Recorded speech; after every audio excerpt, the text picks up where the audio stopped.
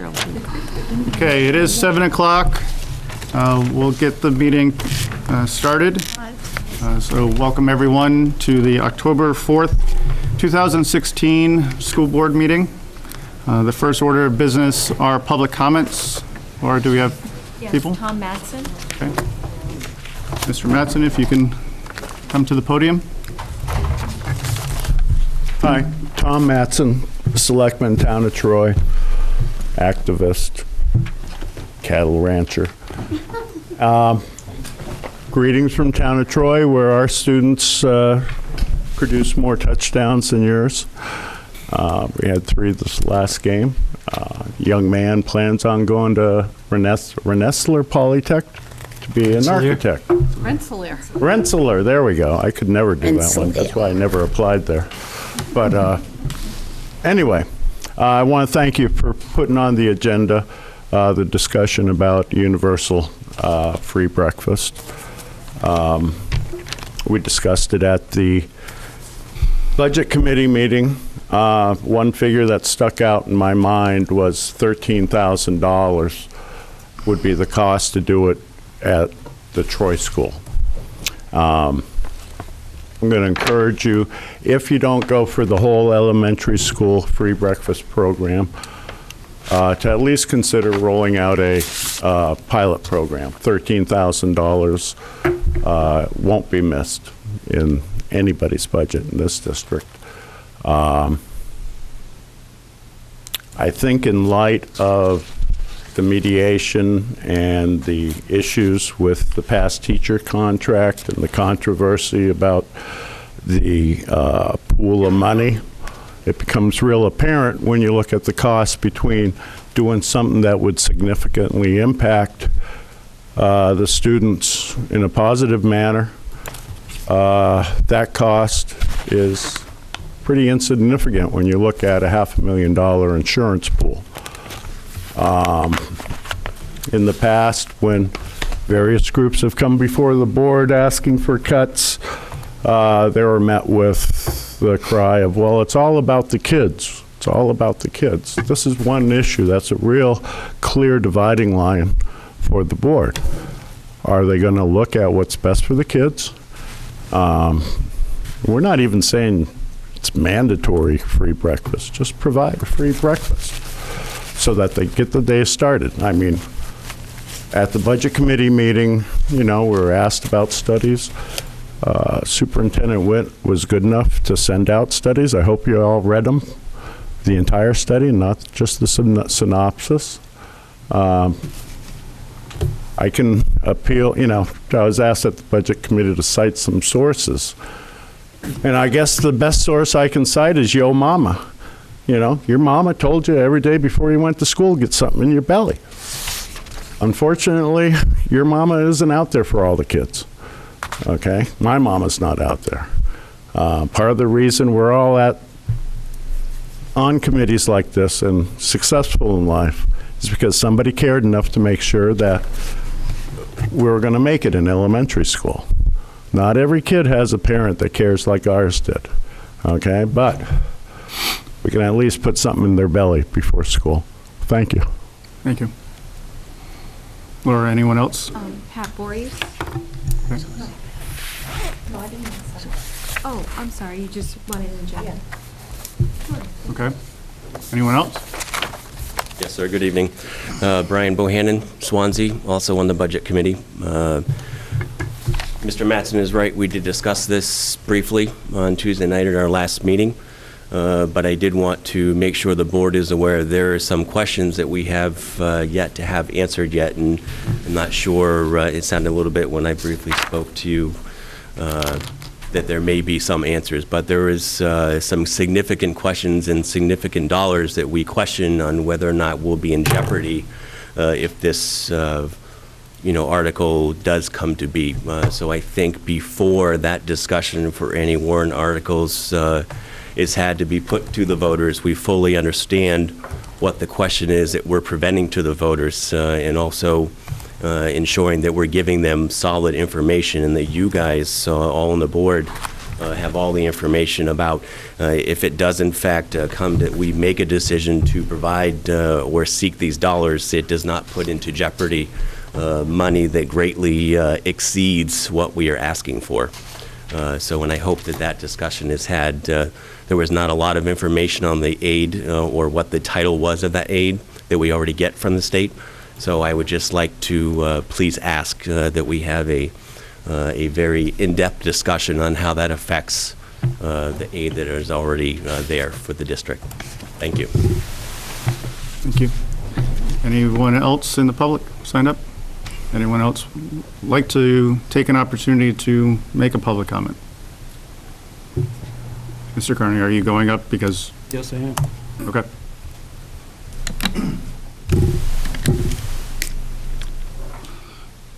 My name is Jim Carney. I serve on the school board, the representative from Richmond.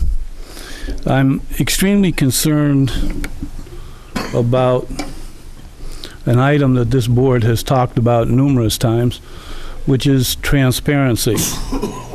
The board is pretty good at taking a position that they want to support transparency, and yet I constantly see situations where information is either not available or minutes are sealed, and situations that are not very well explained.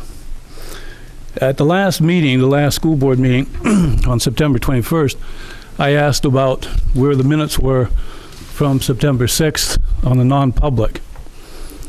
I was told they were sealed. But even here on the 21st, 2 weeks later, they weren't available to myself or any other school board member as a board member. I had missed the previous meeting, and so therefore I didn't know what had been discussed. So I was told that I could get those minutes if I wanted to at a later date at the school district SAU office, which is where I went. I looked at those minutes, and those minutes don't explain anything. And I'm not getting on Laura because Laura's right here, and I think Laura knows my position with regards to this. But our minutes have to follow the law under 91A. And the law is very clear on what has to be discussed and presented in the minutes. Those minutes are not acceptable under the statute. It also says that a brief description of the subject matter should be in there. I can give you the quote from 91A if you want, but I think it's unnecessary at this point. There was no brief description of what took place. As of today, I have talked to, I think, at least 3 to 4 different school board members who can't either remember or don't know what was discussed at that meeting. After that meeting, the minutes were sealed. A lot of people here have talked about not being in favor of sealing minutes. If you seal the minutes by state statute, you have to state why you're sealing those minutes. Those minutes on September the 6th, there was no statement as to why they were sealed. I still want to know why they were sealed. And when I look at the minutes themselves, there's no reason for them to be sealed because they don't tell you anything. So as a school board member, I'm sitting 1 month later here, and I don't have the slightest idea as to what took place on that minute. Those minutes, by the minutes and by at that time. And I've got a lot of questions on what maybe did happen there. So I asked that those minutes be put on the agenda tonight. I would have liked them to be at the front, so we could have discussed it at the start of the meeting because it's already a month late. Instead, they're almost at the bottom. But I sure intend to discuss them tonight. And those minutes had better be unsealed. Because as far as I'm concerned, they shouldn't have been sealed in the first place. And if they were, they should have stated why, and the minutes should explain what was discussed.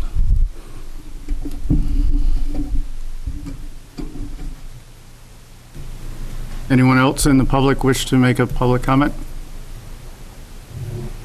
Seeing no one else, we'll move on to the next matter on the agenda, which are the matters that require board action.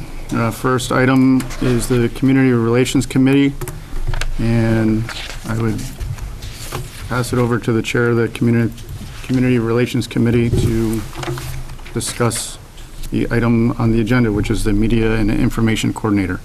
Do we have the motion I do. verbatim?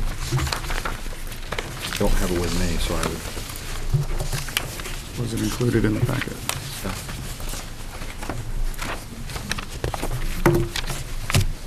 So the Community Relations Committee has been working to develop a motion to present to you the job description that was included in your packet.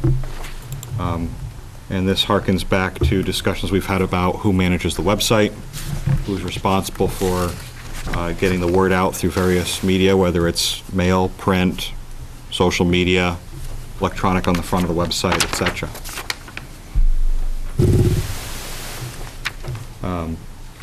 So Community Relations would like to move that we develop a position to be included in the proposed budget for the Media and Information Coordinator.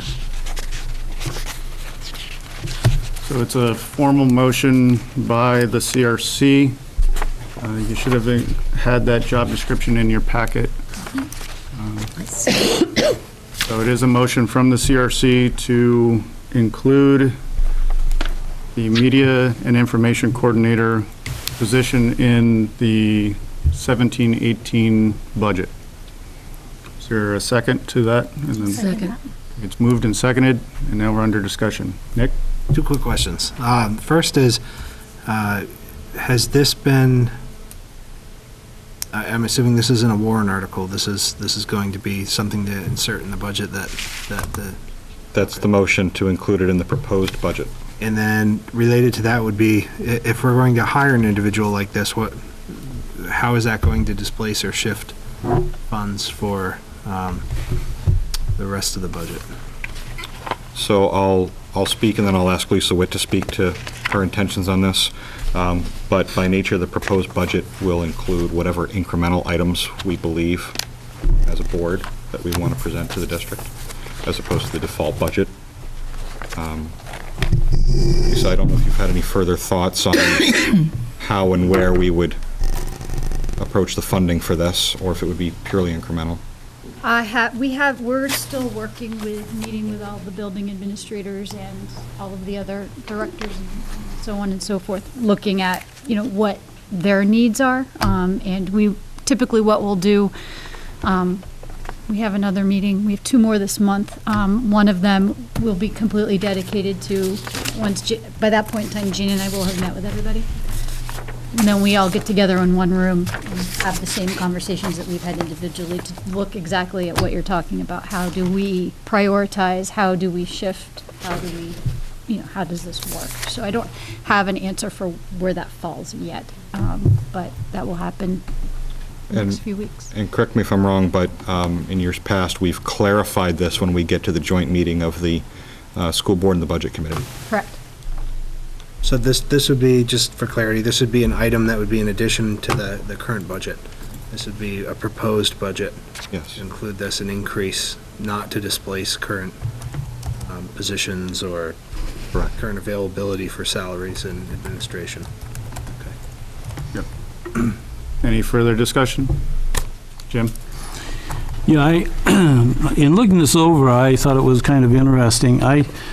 I've seen a number of times when we're trying to put new positions in, we usually have some discussion of how it affects the student on their everyday education. I don't see one thing in here that mentions how this person will involve the students or be involved in the students on their daily education. So otherwise, I view this as basically another administrative position, but I'd like to know how this is going to affect the student every day. Would you like to take a stab at answering that? A big part of the role includes, management of the website, which includes both messaging and calendars. So I think from a student's perspective, having more immediate and current all the time information about what events are coming up, what opportunities they have as students, whether it's extracurricular or, the date that SATs are coming or the date that school pictures will happen. We're providing a better means to information that's timely, both for the student and for the parents, so they're aware of when these things are coming up, and the students benefit from that. Lynn? What would he, or department would he work with? Is he going to be in one of the unions, or is he going to be district staff? And how much is this going to cost? This would be a district position, and at this point, we're still researching what similar positions, what would be an appropriate salary. I haven't come up with that part of the proposal at this point. We do know that the Keene School District recently reposted for their position that they've had for some years on this topic, which gives us an opportunity to look at like skills and, understand some of how other districts have costed this locally. But we don't have a price yet until we understand from the budgeting exercise if it's, a few $1,000s incremental or if it's the full cost of the position incremental. We just don't know yet. Any further discussion? Yeah, Wen? Just one question. All this motion does is to write the article, correct? This would put the position in the proposed budget for 17-18. This is not a separate warrant article. It's not a separate one, right? And I don't think I can go for that at this point because I have no money figures. Karen? I was just gonna ask, if we put this in the budget at this time, it seems a little bit ahead of the game. We haven't heard of any other positions that may need to be added, nor the cost of this. It seems to me that maybe this should be forwarded to Finance and Facilities for when we interview with all the principals. So I guess I would make the amendment that this is forwarded to Finance and Facilities, since we don't have a dollar figure yet. I don't know if anyone wants to second it, but. Second. So the motion is truly to table this motion and forward the proposal to Finance and Facilities. Yes. Okay, it's moved and seconded. Motion to table is non-debatable.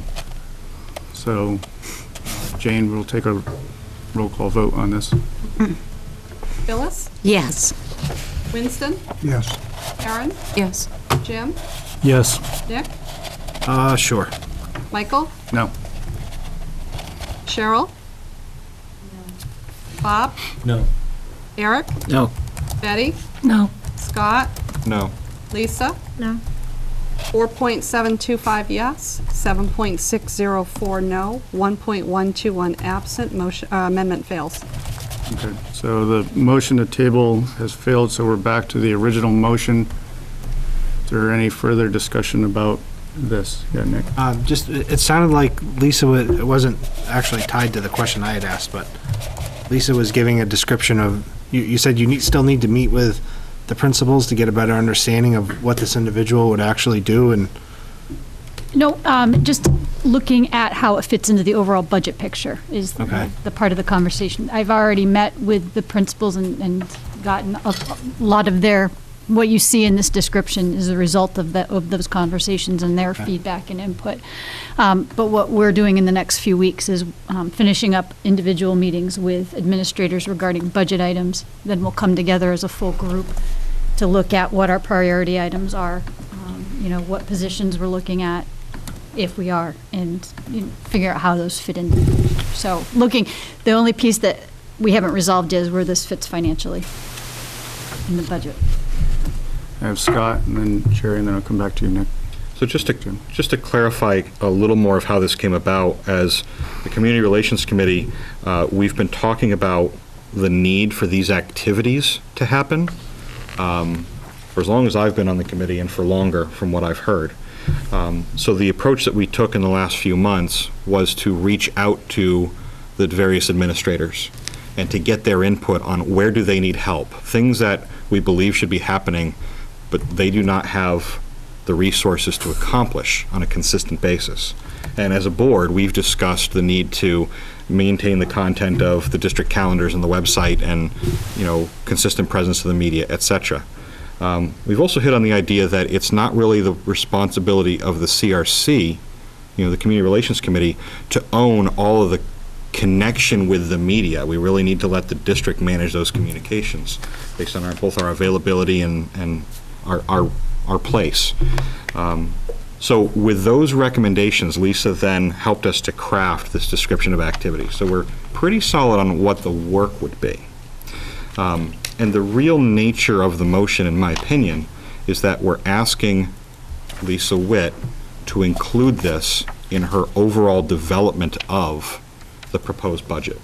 That's not to say what it costs or to try to define that right now. It's to make sure that in 3 weeks, when we're getting together with the Budget Committee, that this is one of the points of the proposed budget. Sherry? Does our motion to include this carry an inordinate weight? In other words, will other initiatives be jettisoned because this has the board seal of approval, or does it just become one more thing that we're trying to see whether we want to prioritize or not? The latter. Thank you. Okay. Nick? Yeah,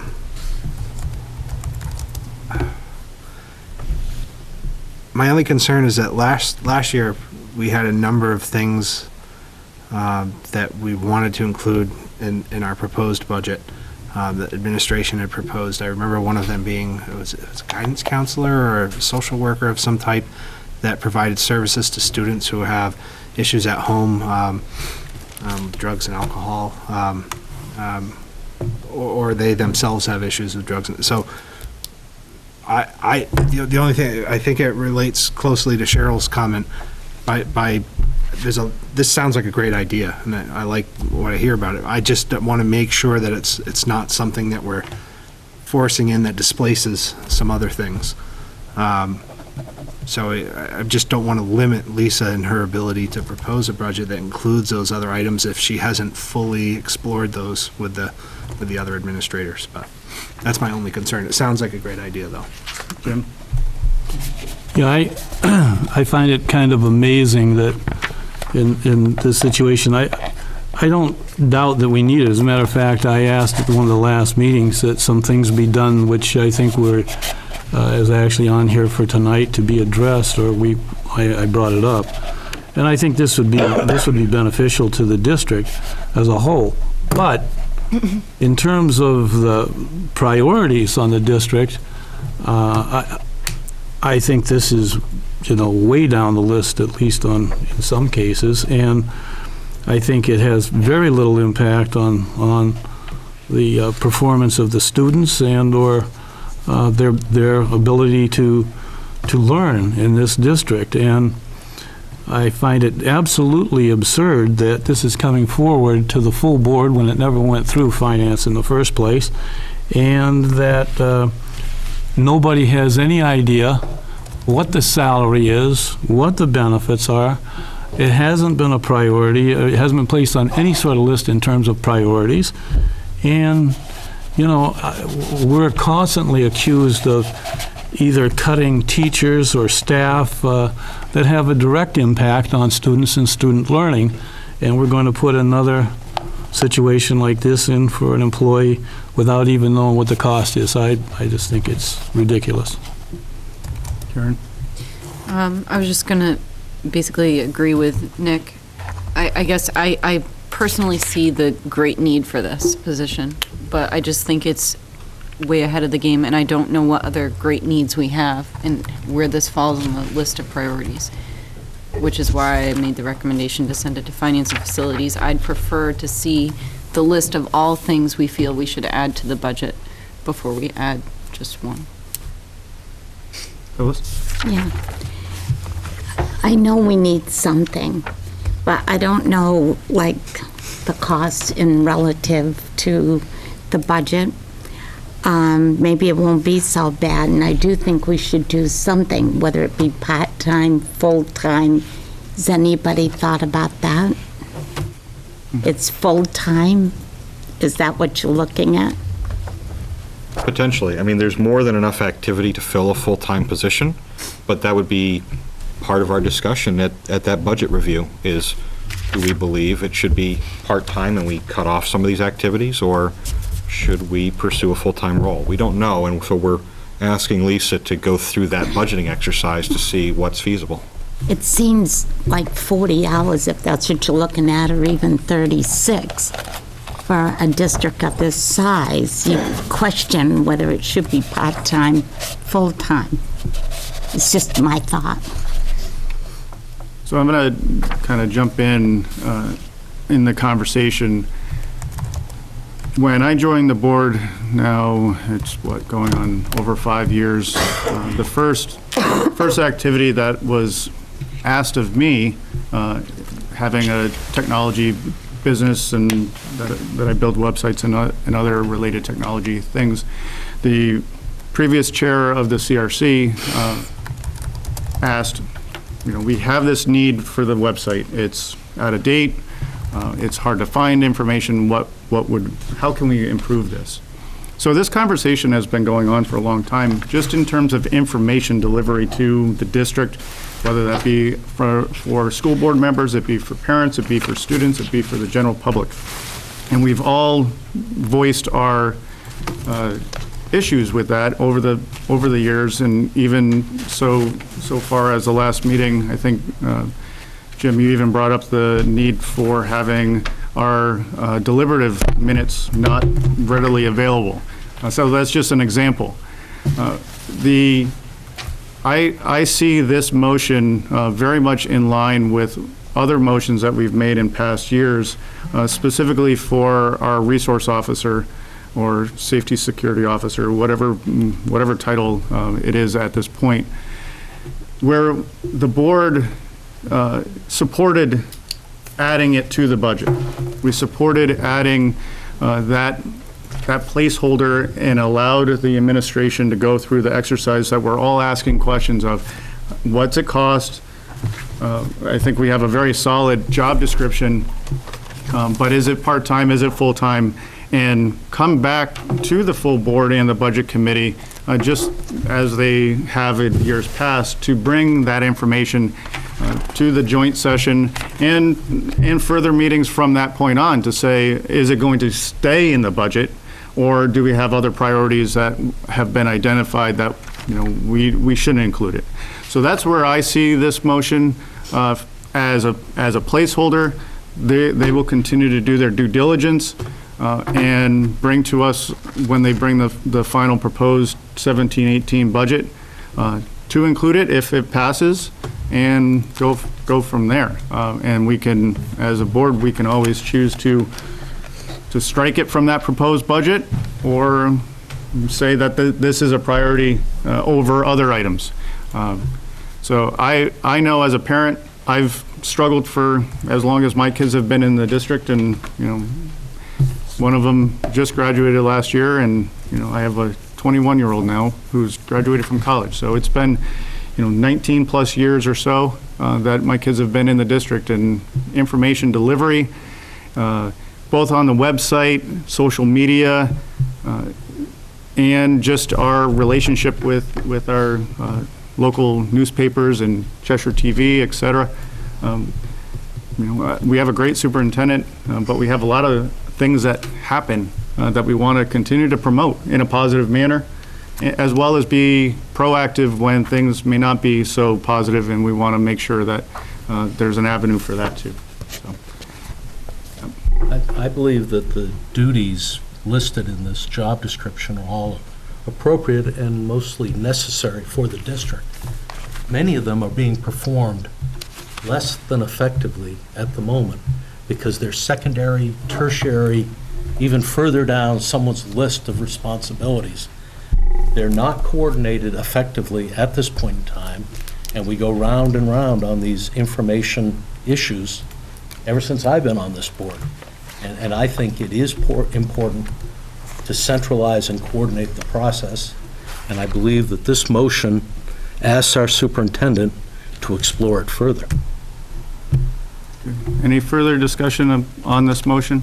Can we just hear the motion read back so we can have an understanding of what we're Yeah, Laura, do you have the motion specifically?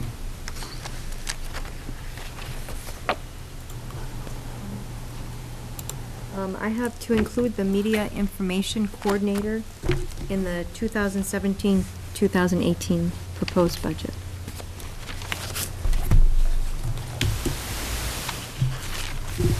Okay. Any further discussion? Okay.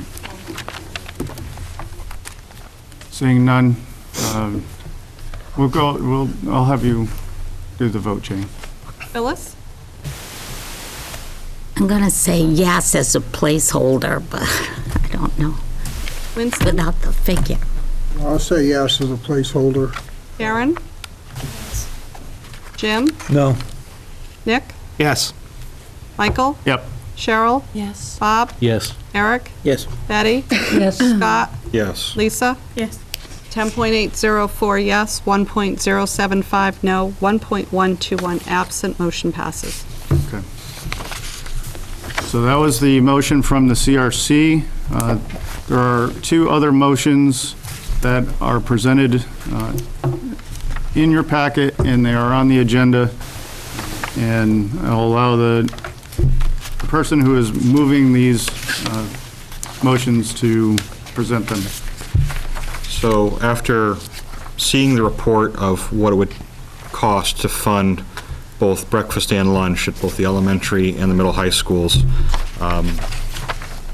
this is my personal opinion, I'm not speaking on behalf of any committee, I believe it's appropriate to put this one before the voters. I also believe we need to do our homework on the research, what other funds are available that might offset this.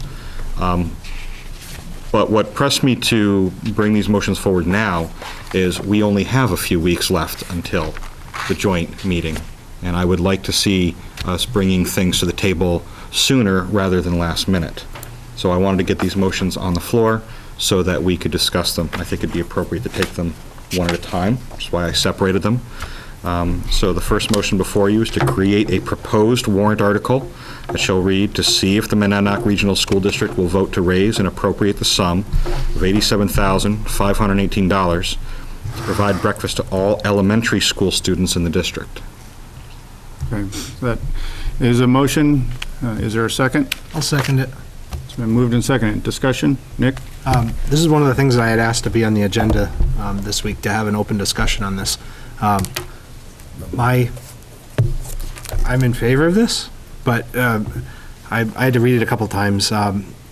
What I was actually looking to see happen is to provide breakfast and lunch to elementary school students, because the elementary school students are the ones that are most vulnerable. Probably have, by nature of their age, they have younger parents who may not have the sort of resources that an older parent may have. So that's what I would personally like to see. I see that you want to have breakfast district-wide, essentially, through these two warrants. I would like to see breakfast and lunch at the elementary schools. That's what I would like to see. Okay. Further discussion? Go to Bob and then back to you, Scott. I have a question for Superintendent Witt, and that is, might action of this type jeopardize other funding, federal or state? And is this something that we have to be very careful with before we move forward? With breakfast, we're actually communicating with Tom Walsh now. The breakfast will not impact our reimbursement for through the school lunch program. If we include lunch, we're attempting to get some clarification on that now. If we include lunch, then there is the potential impact, and I don't know that I'll have a dollar amount that I can attach to that tonight. But with breakfast, Tom has assured us that it won't impact our reimbursement through the school lunch program. Thank you. So that is one of two reasons why I separated the breakfast motion and didn't bring forward a lunch motion as I thought through it. I didn't want to jeopardize that funding related to lunch. But also, we have today, families are paying for their students' lunch when and where they can. And we have the controls in place to make sure that no student goes through the lunch line with no food.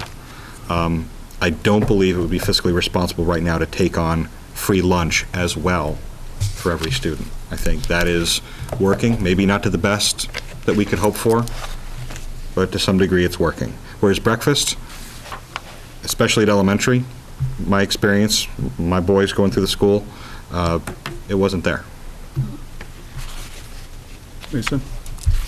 I think this is a great idea. I think we need to look really carefully at when is this breakfast time going to happen. School starts at 8:30, kids walk in the door and straight to the classroom. Are they going to eat in the classroom?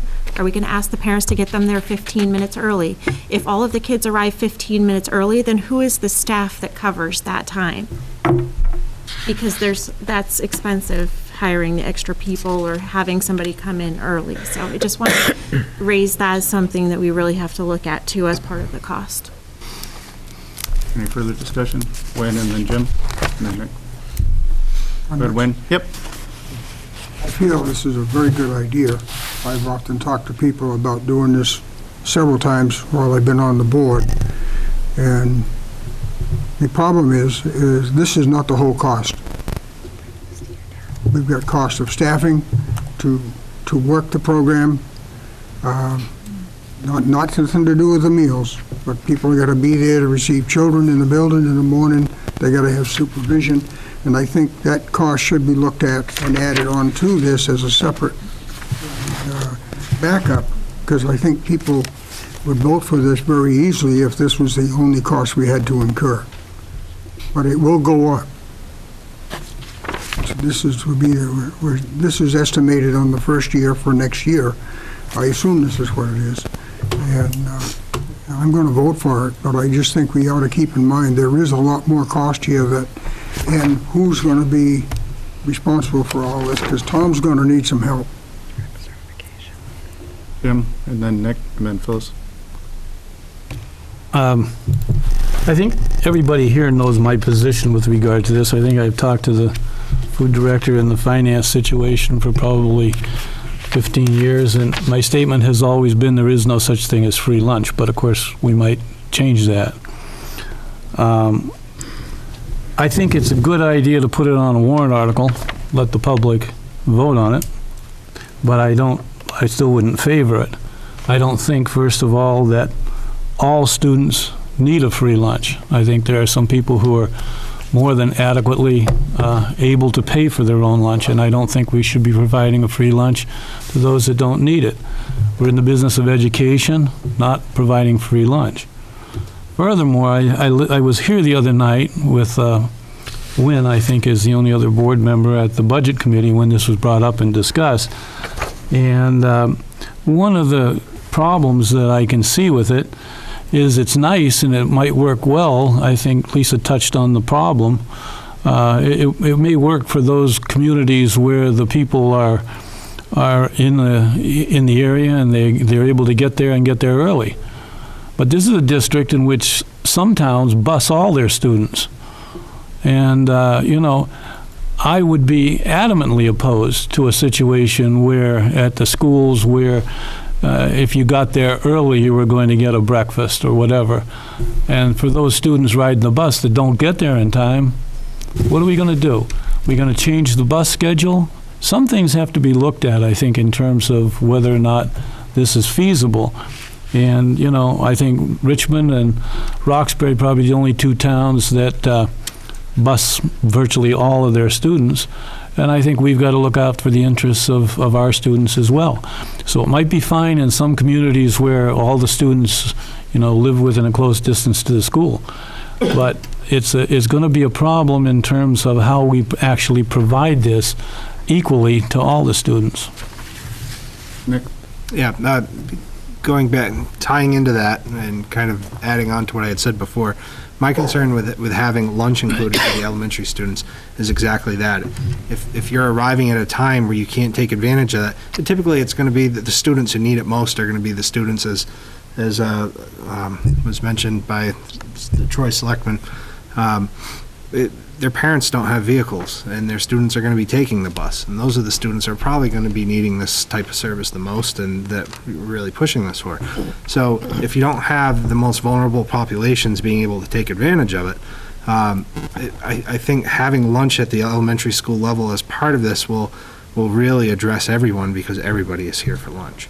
And I understand there's some complexities with that concerning funding, but we do far more complicated things here. I think we can figure out how to feed our elementary school students.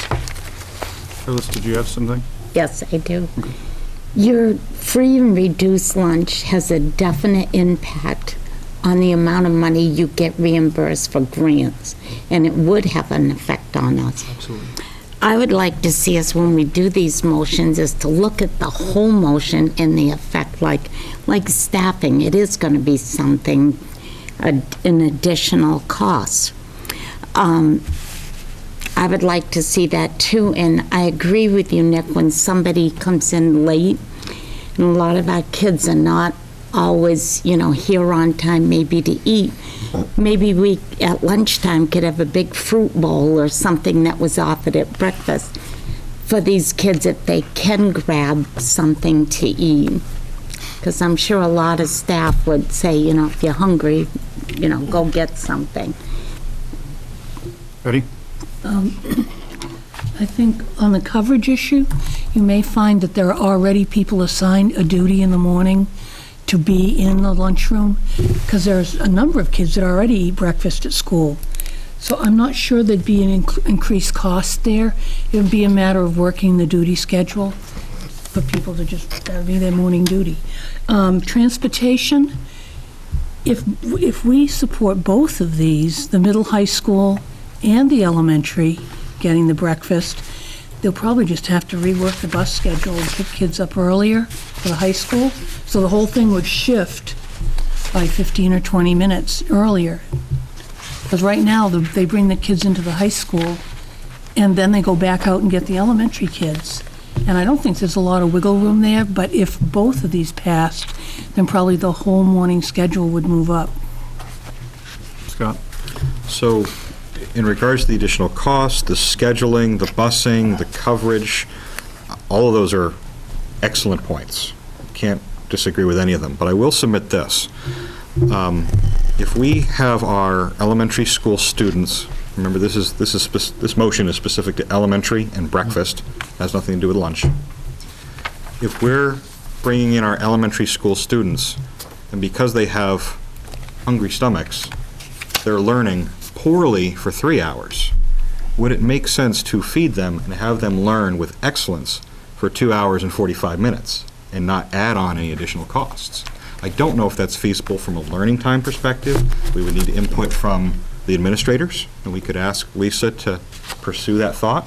I don't know what I don't know, but I still believe in developing a warrant article so that the public can vote on it. I would take a literal reading of this motion, and it says to create a proposed warrant article. So I'm presuming that at some point down the road, we would have to approve that warrant article. And so all we're really talking about today is asking the administration to continue an effort on this issue. If it doesn't work out for whatever reason, I believe we'll have a chance to vote it up or down at a subsequent meeting. So for that reason, I support this relative to breakfast in elementary school. Any further discussion? Nick? I'd like to propose an amendment for the first one to also include lunch. For the elementary school specifically. Do you have a dollar amount? I'm not sure if this is the most updated data. Yeah. But just if we include lunch, that will have an impact on our reimbursement. Significant. Okay. There's a motion on the table to amend the creation of a proposed warrant article to include lunch. Specifically for the elementary. Specific to the elementary school. Is there a second to that motion to amend? For the purposes of discussion. I have a second. There's a second under discussion. Betty?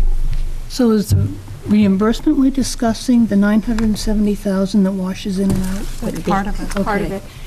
it. What happens if we do universal with the elementary or district-wide, we can no longer collect the actual paper applications. We can only submit the reimbursement for those students who come to us through the direct certification program. So we wouldn't be able to ask families to return the forms. And I think Tom actually raised the question, if you know that you're having the meals provided, why would you complete the form anyway? And I know, I'll use my daughter's school as an example. My daughter's school doesn't participate in the school lunch program. They don't have a cafeteria. You're expected to bring your own meals.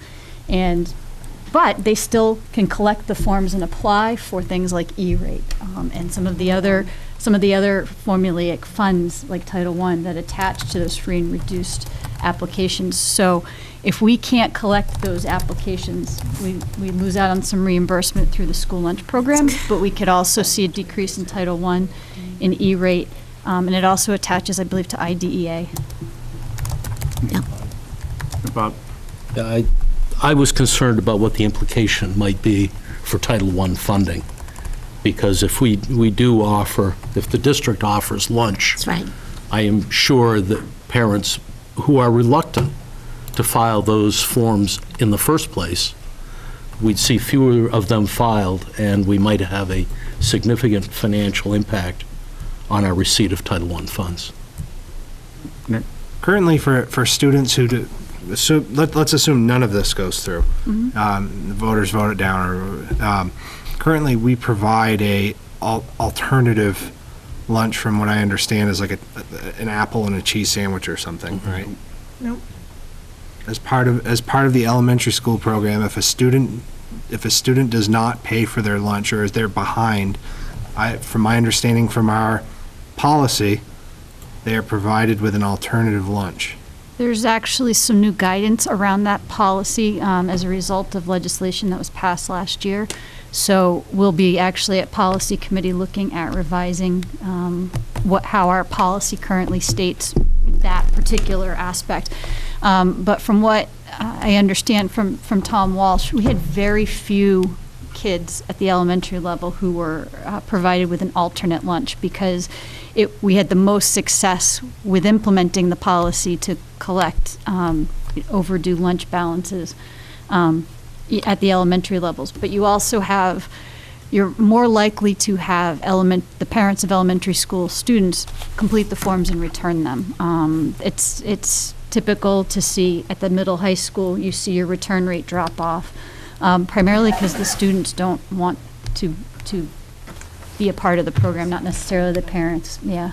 So we haven't really given many alternate lunches under our policy, but given the legislative change, we can still provide a certain lunch for students, but they've changed the criteria that meal has to meet in the environment in which it can be given, so that it's not a stigmatizing event, that the student is offered a meal that is similar to those that other students might be offered, and they're offered it in a location where other students might be eating.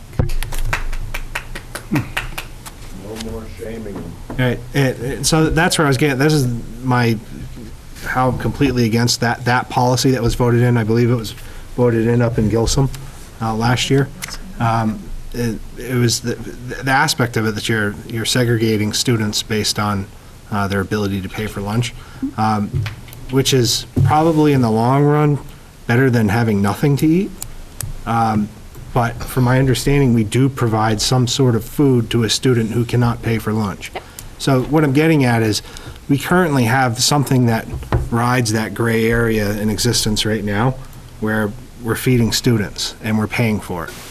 And we're still collecting free and reduced lunch forms. So it's not an extreme jump in the imagination to think about, we're giving them a cheese sandwich and an apple right now if they can't pay for it. Let's give them the scoop of peas and the sloppy Joe. Am I escaping? That's what's happening now. Yeah. Okay. So Tom Walsh tells us that there were only a handful, maybe a couple dozen of the sun butter sandwiches given out last year. And that's actually one of the lunch options anyway. So when I say let's ensure that our students have lunch at the elementary school level, it seems like we can come up with a way to ensure that. Doesn't completely blow everything out of the water, we lose all funding, whether it's we grant we move forward with these motions, but we also have in our policy that lunch will be extended to students who can't pay for it. So I'm going to add one thing to this.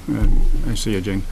Just to add one piece to this. If this amendment fails, that does not preclude us from drafting another motion to outline that we would also include lunch for the elementary schools. I do share the concern of our impact of free and reduced lunch, quantitative information that is directly related to our E-rate reimbursement, our Title I grant, as well as our IDEA. We will. And there are other programs that are directly related to that, and there are new programs all the time. So I do share that concern, but I also hear what you're saying, Nick, specifically, and also agree with that. So I think as a district, I'm glad that we're opening this conversation and have things to be talking about so we can move forward on it. Jane, did you want to add something? Yeah, I just want you to be clear on something. You're talking about students not having the ability to eat because they don't have the means. Those are the people and those are the students that we are trying desperately to have addressed through reduced and free.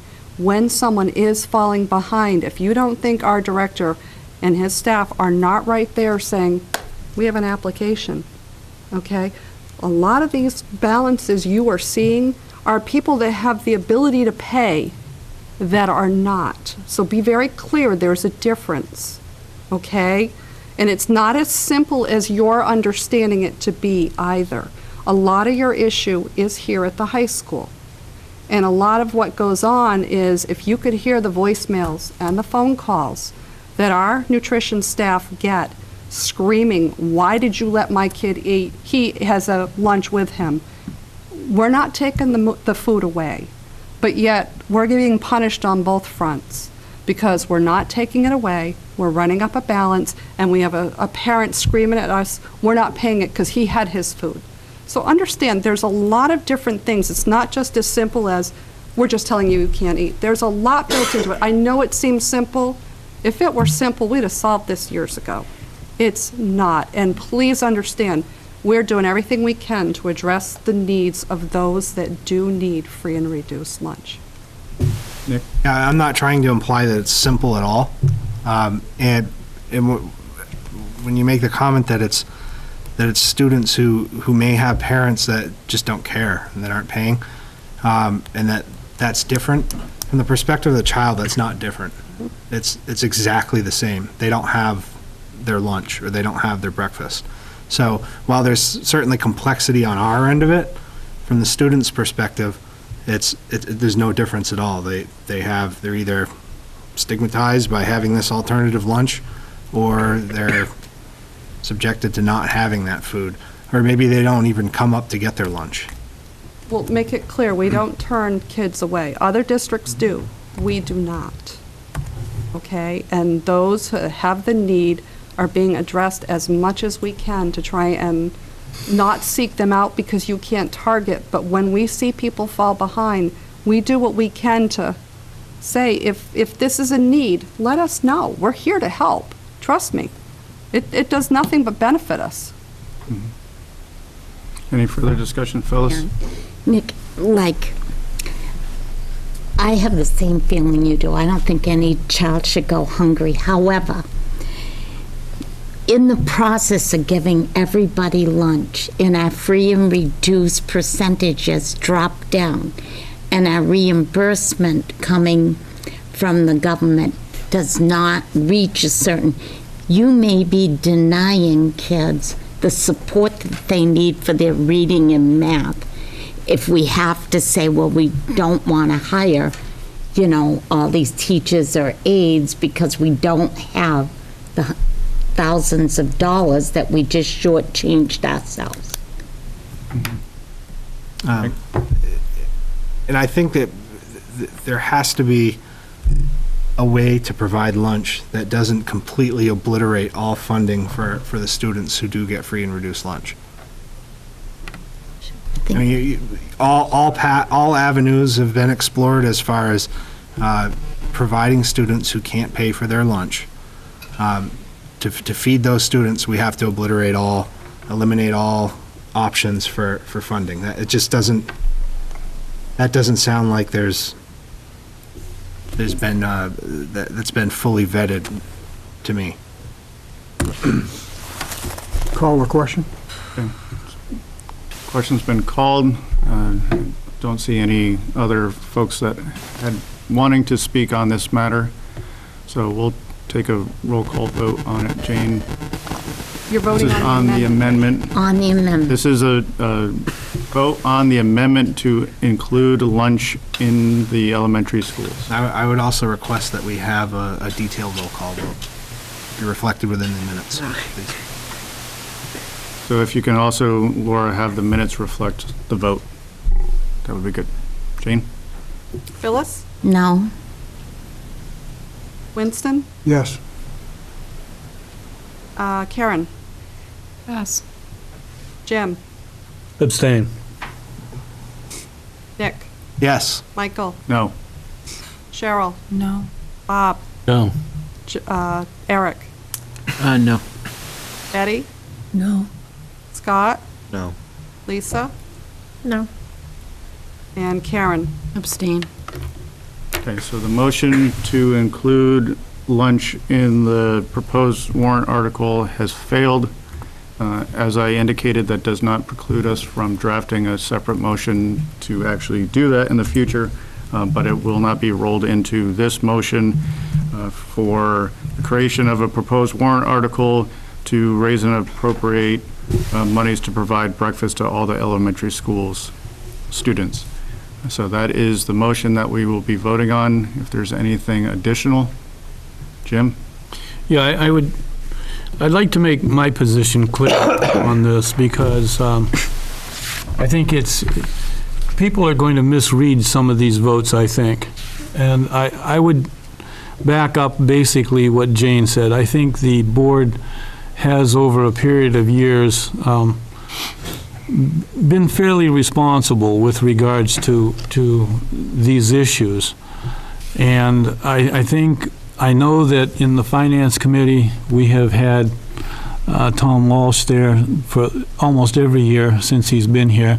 We've tried to look at the cost items as they affect the district and the non-payment and the problems. And the problems of non-payment really, in many respects, it's not many people that we're talking about on the non-payments. I don't think any member on this board wants to deny a student who needs lunch the ability to get that lunch. And I think that's been discussed many, many times. But on the other side of that same coin, I think that it's not fair to expect that the public provide lunches to all students, and that's what these two items basically propose. I think there are any number of people who are very capable of obtaining lunches. I think the purpose should be to provide lunches for those students that need it, and I would not oppose that. I will oppose this in terms of the way it's worded, because I don't think all students need lunch. And I think that's the problem here. We've gone from one extreme to the other. If we were saying no students should get lunch, that would be the one extreme, and go into the other and saying all students should get it, that's a problem.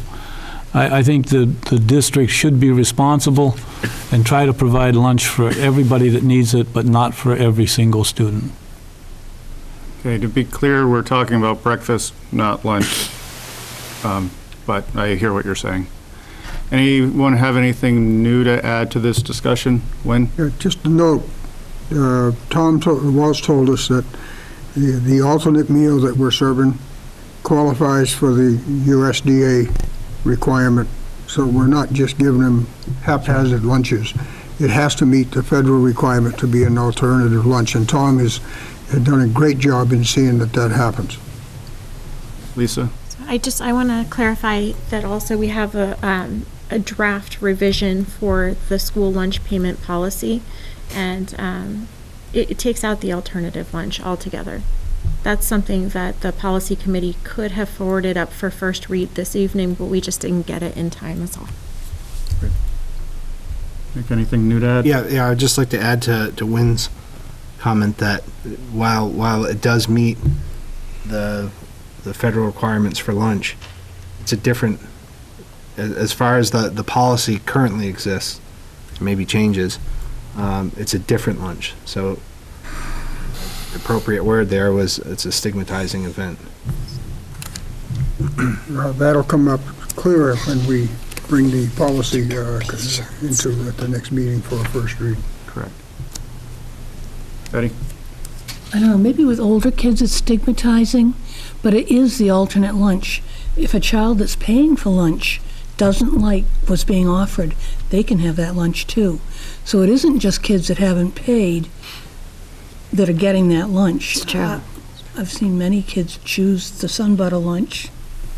Yep, I had my own kids choose Sun Butter many a time over whatever that hot lunch offering was. Sitting here today, and he still lived with it. Yeah, and I would counter that by saying you have students that have the choice and then a student that does not. True. So.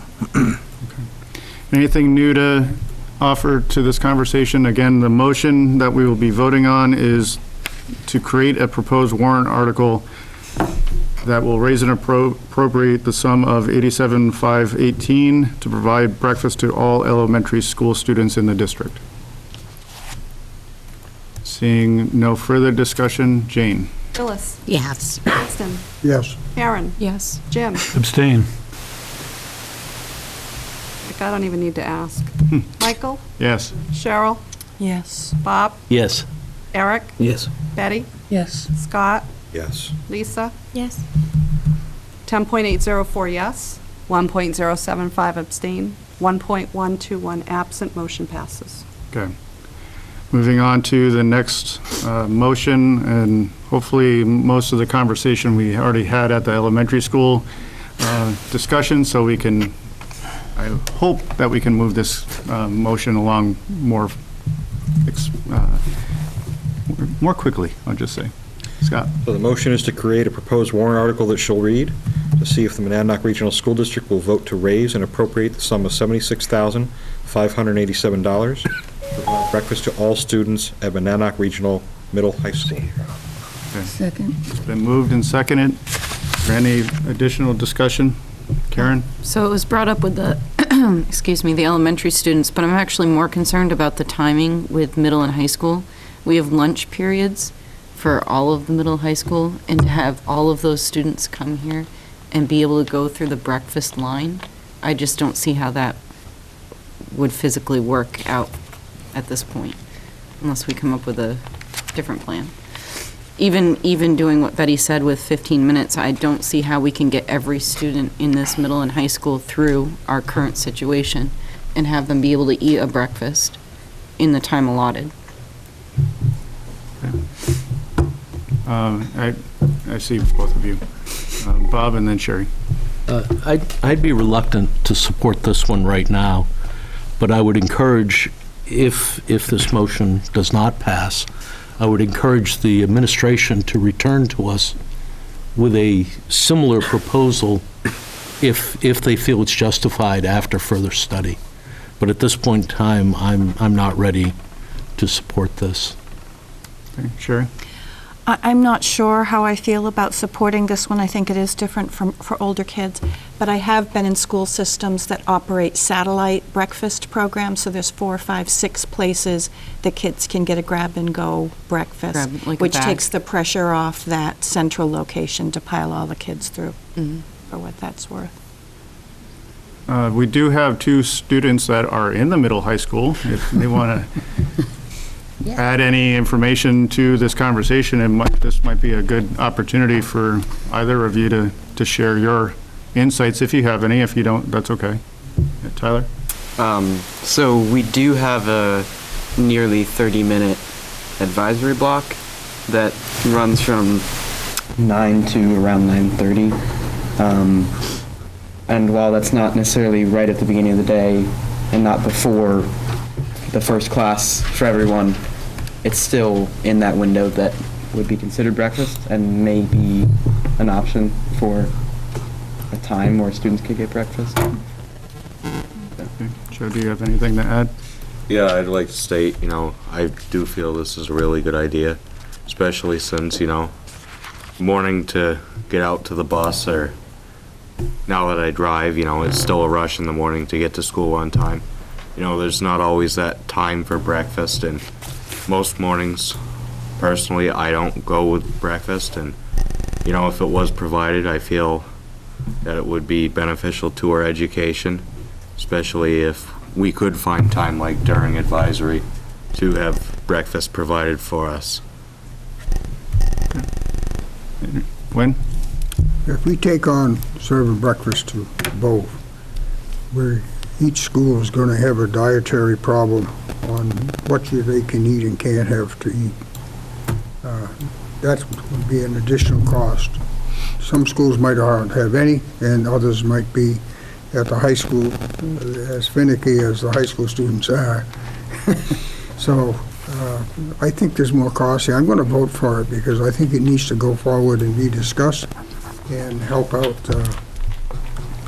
Troy's pilot program here that he wants to do, Tom, and find out what people think. Okay. Nick? Yeah, just one really quick comment. It sounds like there's a number of questions coming up that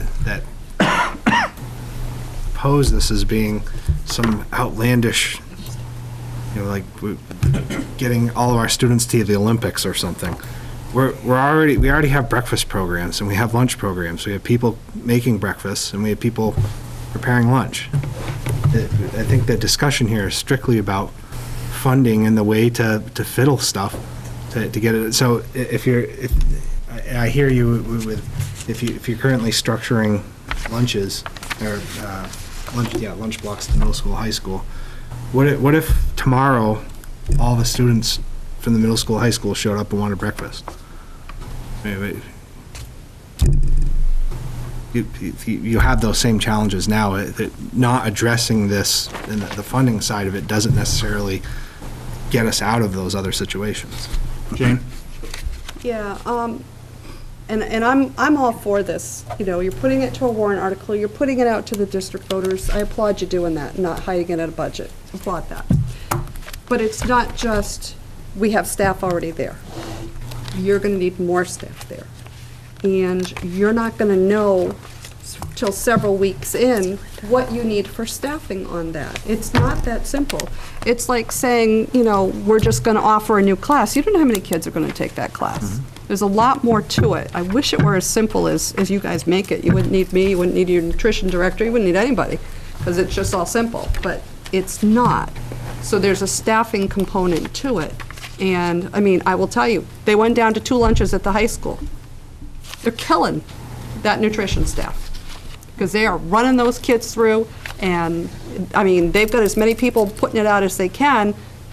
It's just, it's a process, and it's quick and it's fast, but you got to have more people on deck for it. It's just more involved, and you just have that $970,000 to provide benefits for the whole district, nutrition staff and everything. So if you're going to add more hours, that changes benefits. So I wish it were simple. I really do. I'd like to thank you for letting me speak. I'm Italian, so I want to feed everybody. but here's what I run into. I think if you agree to this, I think it would be a wonderful thing. But as Jane just said, I want to support that, and I would be willing to, lead a committee at the high school, with the kids or whatever, to try to make this work, because the logistics in making it work, even a grab and go, currently we don't allow eating in the classroom. Nope. That would be an issue. Like Jane said, the lunches, we're down to 2 lunches. You guys know how crowded it is in there. In our middle school, we have the 7th and 8th together. It's not doable, but I would suggest putting a study group together to see how we could make it work, because currently the reason I don't have the the cafeteria open during advisory is because then we were always chasing kids out of there, and then they weren't supposed to eat in the classroom. But I do keep it open for the CCC kids, so when they come back, they can have breakfast before class. But when we had it open for breakfast, kids were not reporting to advisory. It was really hard to keep track of. So I'm willing to do whatever it takes to make this work, but I would like to put a study group together. Maybe we can get some kids together. We can talk about it in student government or GPS, because it isn't just simple to say, let's do it. It's really involved. And, as far as I couldn't even entertain the thought of starting school early. We have some kids that are at the bus stop that have over an hour ride already, so I'm for it, but let me work with you to make it work. If it passes, I'll do it with you, but it's not like, yes, we can do it. You know what I'm saying? I just wanted to put that out there. Thank you. Thanks for that input. Anyone else have anything further to add to this conversation? Yeah, Lisa. I do, and it's not related to this vote, but I'm not going to get a chance to say it anywhere else. I just want to give the school district props because I learned yesterday that our Back to Basics program, which is the preschool age childcare, is serving free breakfast and free lunch for all of the kids that are age 3 to 5 who attend there. So Great. We're doing it for the littles already. That's fabulous. Okay, anyone else have anything further?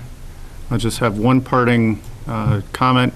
I applaud our administration, both in the building, as well as our superintendent and business administrators, and our selectmen for bringing this to our attention and allowing us to work through this. It's a complex equation, but I know Monadnock very well, and if you put a complex problem in front of us, we'll figure out a way to solve it. It is what it is. So, Jane? Phyllis? Yes. Winston? Yes.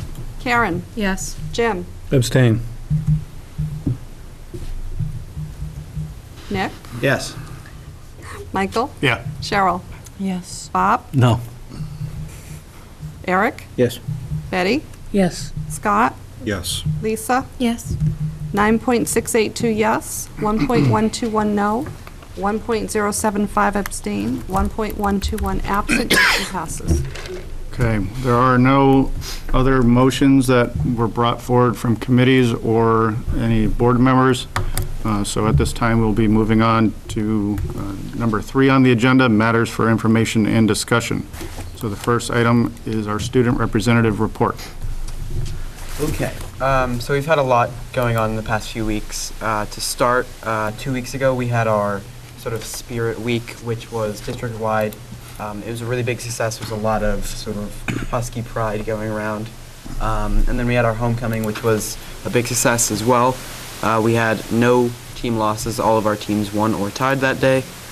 And I just wanted to point out that the principals all did a great job in sort of bringing the staff themselves together with the T-shirt initiative, which I think was great. Tying into the sports aspect, our sports teams have been doing really well. Our football team remains undefeated. Our field hockey is also undefeated with 2 ties, and our boys and girls soccer have additionally, we have some bass fishing news, which I'll turn over to Joe to talk about. So we sent 2 anglers to our state qualifier. They placed 9th out of 32, and they qualified for the championship, the state level, and they placed 8th out of 13th there. Wow, great. And then similarly, a few weeks ago, we also had our blood drive, which was put on by the Key Club. This was a really big success. There was a lot of turnout, both among students and staff. And I think it was just a really great initiative to get students more involved in community and more global issues, I guess. On a similar vein, we have our activity fair, which has been going on today and tomorrow, which is sort of just, it's also been put on by the Key Club, but it's sort of just an initiative to show students what clubs are available to them. And so all the different clubs that want to have sort of put their booths together, and they're sort of telling students, hey, this is who we are. If you want to join, go for it. And I think it's great getting students more involved. This last weekend we had our SATs for the students who were involved, which was great fun. And then sort of future news, I guess we have the Dover Band Show coming up, which is on the 15th of October. Anyone? I guess to wrap up, we have a meeting with the student government and the Good Person Society group. Sort of just been looking at and discussing different concerns with students, which is something we're going to be looking more into the future and hopefully being able to bring stuff to you guys that are relevant. Thank you. Thank you. Anyone have any questions for Joe or Tyler? Seeing none, we'll move on to the superintendent's report. Sure. Coming around now, did it make it all the way around yet? Is this year's BOI report. I don't know where are they sitting? It's a pretty colored, multicolored sheet. My chair. That Nick was holding. And it's similar format to how I presented this last year. I just added expanded years. I've been listening to the discussion regarding sort of dashboard items, and it was a conversation we had at the budget committee as well. So I've started trying to pull together some expanded history types of data. And so since BOI is timely, I prepared that for you. So on the front page that says enrollment by school at the bottom, you can see the overall. But as of October 1st, our district enrollment was 1,676, which is down 24 students from our BOI from last year. And just to be clear, these numbers get certified by the Department of Ed, so they are subject to fluctuate slightly, sometimes by 1 or 2 students. I think we saw a 1 student shift after certification last year. Just interesting, I'd point your attention to Emerson. Last year, their BOI was 154. This year is 181. And a lot of those students enrolled in the last week leading up to school. We had a large influx of enrollees. And I think that was all I needed to share with that report, unless there are questions at this point.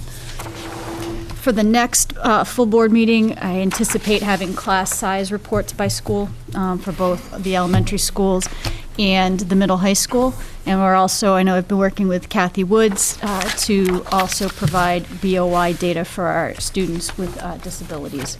And it's not as simple as just pushing a button, because we maintain students with disabilities and those records in a different system. And so we have to make sure that we're kind of aligning the 2 data systems. So that is your BOI report. The current fundraising schedule went around earlier, just for your information. Everything below the dark line near the top of the page is what we received since the last board meeting. In your packet, you also received a copy of an email that Jane and I received from Rob Fabianski, who was acknowledging some outstanding contributions from folks in our community. He indicated he had received over 1,000 pounds of various steel from Chamberlain Machine in Walpole,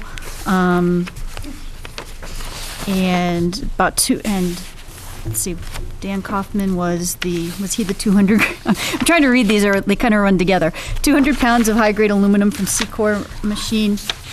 Oh, the Chamberlain donation was Dan Kaufman. Yep.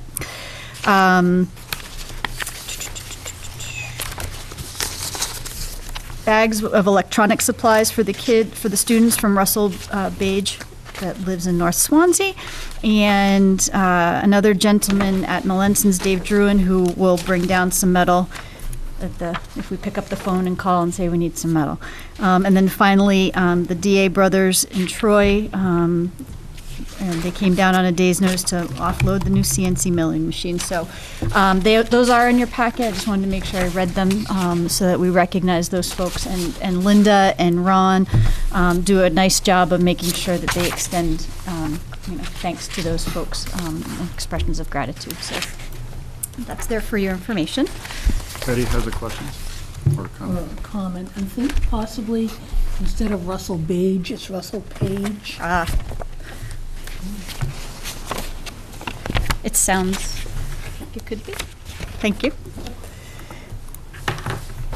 Earlier this evening, prior to the extracurricular committee meeting, there was a meeting of the strategic planning group to try to pick up where we left off at the end of last school year around setting goals. And so you'll hear more about this at the next school board meeting, and I'll speak to it at the Community Relations Committee on the 18th as well. But we came up with a really robust plan for the next couple months to really get the word out and gather what we need for information and input from as many stakeholders as possible so that we can start working on what our goals are that support our mission and vision. So you'll hear more about that in the coming weeks. And then finally, I just wanted to mention we had the New Hampshire Listens event here on the 26th, which was a follow-up to the screening of Raising New Hampshire.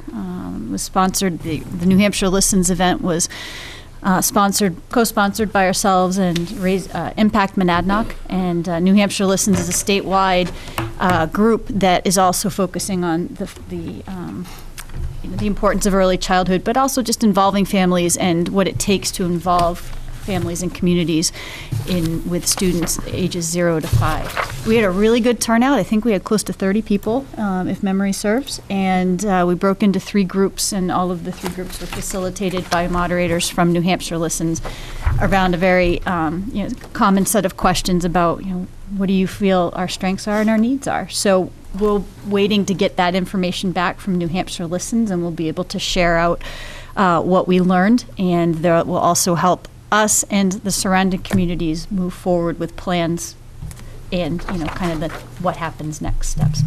And so that's all I have for public session this evening. Okay. Great. Jane? I don't have too much tonight. I think you've heard more from me than you probably wanted to. But I did just want to add one thing to the donations. John Hoden also brought in just loads of wood for Mr. Parkman's woods class. So Lisa and I had talked because we kind of want to bring forth a lot of these. So we're kind of hoping that staff and administrators will reach out to us a little bit because we don't always know what comes in, and if we know, we definitely acknowledge it. And I just think it's something that you should be aware of, just how many community members step up. So that's it. That's all I have. Great. Okay, moving on to the board chair report. The first item under my report will be a letter of resignation from Joe Smith. I'll read it to you so I'm not taking liberties to say something that he didn't say.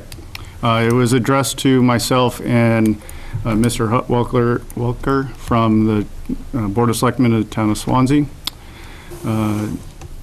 As mentioned in previous conversations, this letter is official notification that I am resigning my position as school board representative from the Town of Swansea.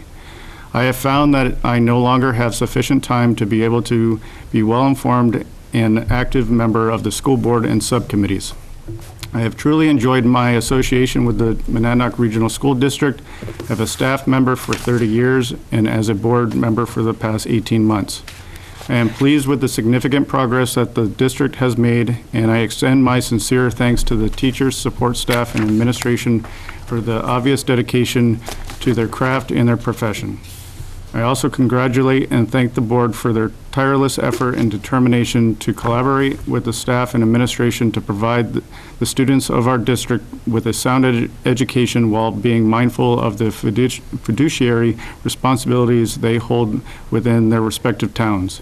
I believe that board members are keenly aware that the decisions made now that impact the quality of our educational system will help to improve the quality of our property tax base in the future. High-quality schools, outstanding staff, and collaborative efforts of the school board encourage people to live in our district. Thank you for the opportunity to be part of an outstanding district for the past 30-plus years. I wish you and our students the best. Signed, Joe Smith. So, with that, it's prudent that we accept the resignation of school board member Joe Smith from his position as the Town of Swansea representative. So moved. Second. So Any further discussion? I just want to publicly thank Joe for all of his years, both as staff, but also as a board member. It's been a great pleasure to work with him in both veins, and hope he continues to be active in the district and not be a stranger to us all. So, thank you. Jane? Phyllis? Yes. Winston? Yes. Erin? Yes. Jim? Yes. Nick? Yes. Michael? Yeah. Cheryl? Yes. Bob? Yes. Eric? Yes. Betty? Yes. Scott? Yes. Lisa? Yes. 11.879 yes, 1.121 absent, motion passes. Okay. Moving on from his resignation, we have had a discussion for many years now, and it dates back to the time that I was chair of the policy committee, and then when I was vice chair of the school board, and in the last few weeks with the notification of Mr. Smith's resignation. We have a policy that is in conflict with RSA 671:33. So we've sought out the legal opinion of our attorney, which we also received back in September of 2013. The policy committee did have it on their agenda at the last policy committee meeting and had some discussion. There is proposed language that they've been working on and drafting, so we're in accordance of the RSA. And without having a tremendous amount of dialogue regarding this matter at this time, I share this with everyone so that they understand kind of where we are. But certainly, if our superintendent and or our policy chair wishes to add to this this piece of information with regard to our policy, which is BBBE, and state law RSA 671:33. I'm sorry, what was the board policy? BBBE. BBBE. Yep. So, yeah, I'll let Lisa just talk to this point as the chair of the policy committee, and then if our superintendent, Lisa, also wishes to chime in. And then we will be addressing this in future meetings with proposed changes to policy or further discussion around this.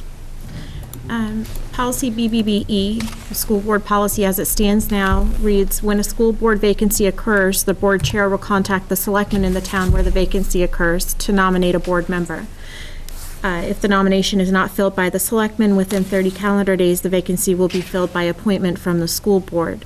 That's not in compliance with the law. So we have proposed is a change for it to read, when a school board vacancy occurs, the vacancy will be filled in accordance with RSA 671:33, which reads, in a cooperative school district, the remaining school board members representing the same town or towns as the departed member shall fill a vacancy on the school board, provided that there are at least 2 such members. If there are fewer than 2 members remaining on the cooperative school board representing the same town or towns as the departed member, or if the remaining members are unable by majority vote to agree upon an appointment, the selectmen from the town or towns involved shall fill the vacancy by a majority vote in convention. If the selectmen are unable to fill the vacancy, then the cooperative school district moderator shall make the appointment. A member appointed to fill the vacancy under subparagraph shall serve until the next district election, when the voters of the district shall elect a replacement for the unexpired term. So in plain language, this does say that the other Swansea board members will choose the replacement. That's correct. So I'll allow or have our superintendent share anything that she wishes to add to this. I'm also going to pass out to each school board member a letter that was drafted back in 2013 to At that time, Mrs. Voorhees, who was the chair of the school board, that relates to their legal opinion. I'll let that letter circulate. I did have a conversation with Mr. O'Shaughnessy about this, and he indicated he had provided guidance in years past, and so that's what you have in front of you. That's why it's dated 2013. I know Jim Carney had reached out and had mentioned the warrant article in 2005, which is referenced in this letter from Mr. O'Shaughnessy. And I do have copies of all of that, the discussion and information relative to what transpired in 2005. So before I even saw this letter, I did some digging on my own, and I couldn't find any case law or any other instances that would allow district policy to supersede state law, and I think that's what the letter states as well. So, Can I speak to this, please? I'm going to give you an opportunity of a few minutes to speak to this, but I'm sharing this information as it relates to a resignation of a board member, as we just learned, and how our policy and state law are in conflict. So I will give you the liberty of a few minutes to talk to it, but this isn't the time that we're going to debate its merits either way. We will have plenty of opportunity to do that at a future board meeting. Well, this was discussed pretty heavily in the policy committee this last week, and I suggested at that time that this would be sent forward to, because the policy committee wanted to send it forward to our attorney. I said, just like now, I didn't want to have one side presented without the other side being presented. You have made a statement several times here that it's in conflict with RSA 671, and that's not true, because 671, if you read it, which Lisa read part of it, she didn't read the first part. The first part says the school board shall fill vacancies occurring on the school board except as provided in paragraph down below. And then it says, and in all of the district offices for which no other method of filing a vacancy is provided. So if there is another method provided, that supersedes this. And the point being, in this issue was brought up, as I brought before the policy committee. It was brought up back in 2005, where it was voted on by the district. So it's settled in this district from the legislative body as to what they wanted. And the legislative body voted overwhelmingly on Article 14, 1,466 to 422, more than 3 to 1. Some towns, it was more than 5 to 1 in favor of the selectmen making the choice. This change was made to the RSAs after our district, and the legislative body voted that this is what they wanted to do. So, and even the current law says for which no other method is provided, and there is another method, and our district voted on that. And I find it very difficult to believe that even in a court of law, and I don't care, I've seen these reports from a lot of these attorneys before, and they didn't always take into account the vote that had taken place by the legislative body. I don't think a court of law would quickly overturn a ruling that the legislative body in this district made. And there's a good deal of rationale for it, and that's one of the reasons I've been asking for the minutes of some of these deliberative sessions and the annual meetings prior to that. The old law applied when we were a district that every school board member was elected at large. Once we became SB2 towns, we had to change the method in which the towns elected the representatives, and that was the time at which this was implemented and voted on by the district. So there's a need for it. I don't believe in any way, shape, or form that the school board should be dealing with anybody other than their own towns. And in this case, the article as it was written leaves the selection up to the selectmen, and I'm going to have a difficult time in this district believing that 1,400 out of 1,800 people voted at one time in favor of this article, and now somebody's going to try to change the policy, which complied with the article as it was passed. Okay. With that statement, I'm going to stop your opinion, information, providing information on this. We will have plenty of opportunity to discuss this in further detail in future meetings. I shared,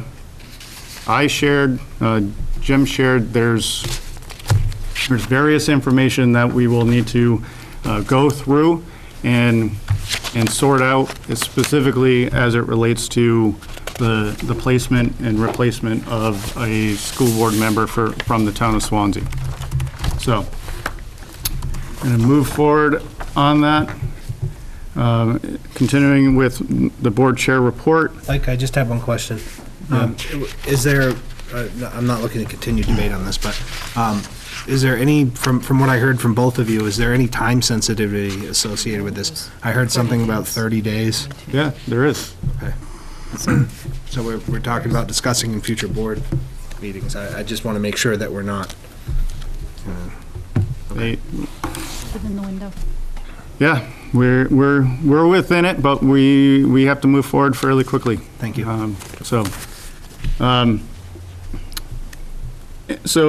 Again, going back to the board chair report, another item I want to bring to the board members' attention, specifically as it relates to requests for agenda items and putting them on the agenda. Certainly, agenda items should be brought forward, but if there are any conflicts or disagreements from other board members of not including them on agendas, we have a process and we have a policy related to that. And so it's important that we follow that. However, the board member can always add an agenda item with 2/3 vote or a petition of the public. So we have that process, and I want to share that with everyone so it's clear about how agenda items get placed on there, but also ways in which if an agenda item wasn't on there, potentially there's a rationale to that, as well as you always have an opportunity to do that, to add it to the agenda. And moving forward with regard to policy BCA that we just adopted, which our illustrious Keene Sentinel just reported on, with regard to the code of ethics, Megan, you did a fantastic job pulling that information together and reporting on that. And I think my comments were accurately quoted.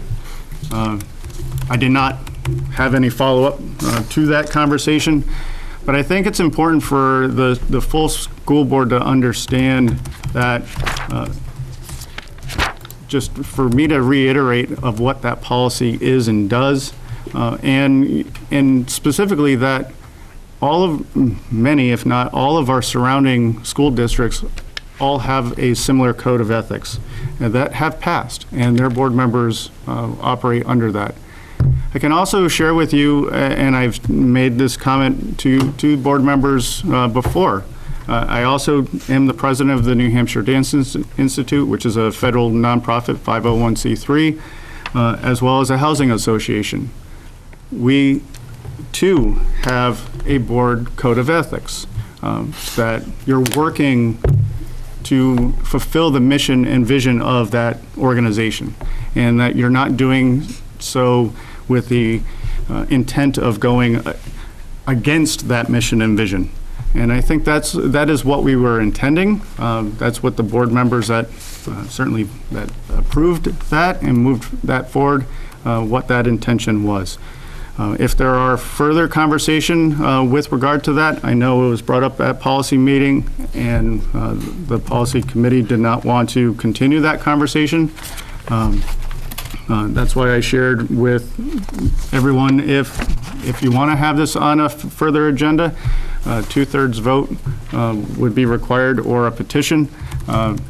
Otherwise, we would not see it as a full board unless it comes back through policy. So that's that.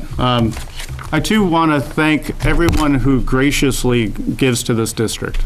We have many organizations and people that financially, professionally, personally give to our district, and we just, our superintendent and business administrator just listed out a few individuals, but we have people every day giving to the district, and they could be staff in the buildings, providing that lunch for a student, or sneakers, or materials or supplies. So I want to thank everyone for your gracious donations that you have continuously done, and hopefully will continue to do so, and we'll move that forward.